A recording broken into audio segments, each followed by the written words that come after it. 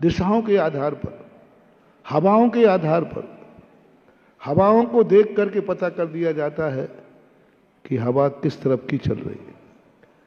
प्रतिष्ठा पाठों में लिखा ध्वजा को देखकर ध्वजा किस तरफ गई है वैसा न, यहां तक कि अपने यहां वर्णन आया है, अपनी नाक की जो हवा निकलती ना, इस हवा से भी पता चल जाता है कि ये कार्य कैसा होने वाला। हवा यदि नाक की 12 अंगुल निकल रही है और पृथ्वी धारणा है, कार्य ठोस होगा। अग्नि वायु निकल रही है, जल वायु निकल रही है, आकाश वायु निकल रही है, 5 वायु निकलती हैं नाक में से 24 घंटे में। पृथ्वी वायु ठोस होती है, नासिका से 12 अंगुल तक उसकी गति होती है। इसके लिए आप कर सकते हैं दर्पण को आप लें और धीरे धीरे अपने हाथ को घुराते जाएं और श्वास का एहसास करते जाएं। दर्पण के ऊपर आप देखेंगे बादल से छा जाएंगे, यानी ये आपकी वायु धारणा है, कार्य विकसित होगा। नासिका के श्वास लेने की गति को पकड़ करके पूज्यवर शुभ चंद्र महाराज, स्वरोदय नाम का एक ग्रंथ है उसमें भी है, उससे पता कर लेंगे श्वास से। अब कोई पंचांग नहीं उठाया, कोई कुछ नहीं देखा, अपनी श्वास देख के कहा ये कार्य छितर बितर हो जाएगा, नहीं होगा। पृथ्वी धारणा देखी, पक्का ठोस होगा। अग्नि धारणा देखी, तुरंत एक कार्य कर रहा हूं। यदि अग्नि श्वास निकल रही है, काम तो होगा लेकिन झगड़े होंगे, राग द्वेष बहुत होंगे, कसाय होगी, कोर्ट केस होगा, बहुत माथापोड़ी होगी। किसने बता दिया?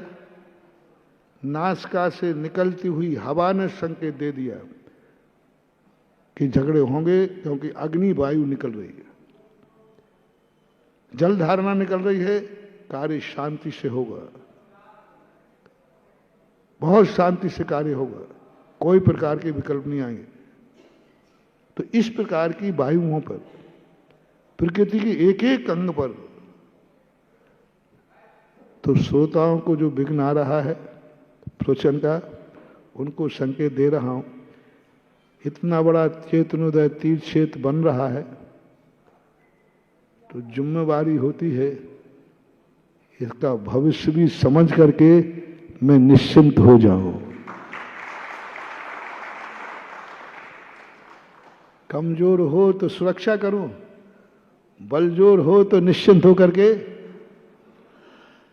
इसलिए सभी दिशाओं की, उन दिशाओं में क्या चीज है, उस तरफ क्या रूप बना हुआ है, वो दिशा कौन सी चीज को भेजने वाली है इस क्षेत्र के लिए, ये भी सारे के सारे दिग्दाह है, दिग शकुन, दिग उल्पापात।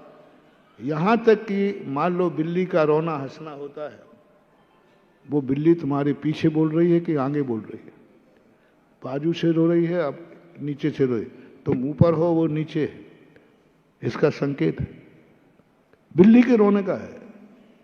आपको छींक आती है, आपको छींक ऊपर मुंह करके ली है या नीचे करके ली है या हाथ मुंह हिला करके ली है, सम्मुख छींक आई है कि पीठ पीछे छींक आई है, इसके कम से कम 20-22 पॉइंट हैं छींक के।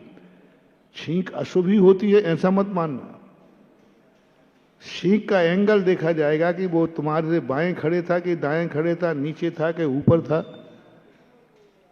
सामने था, स्वयं की छींक थी कि सामने वाले की छींक थी।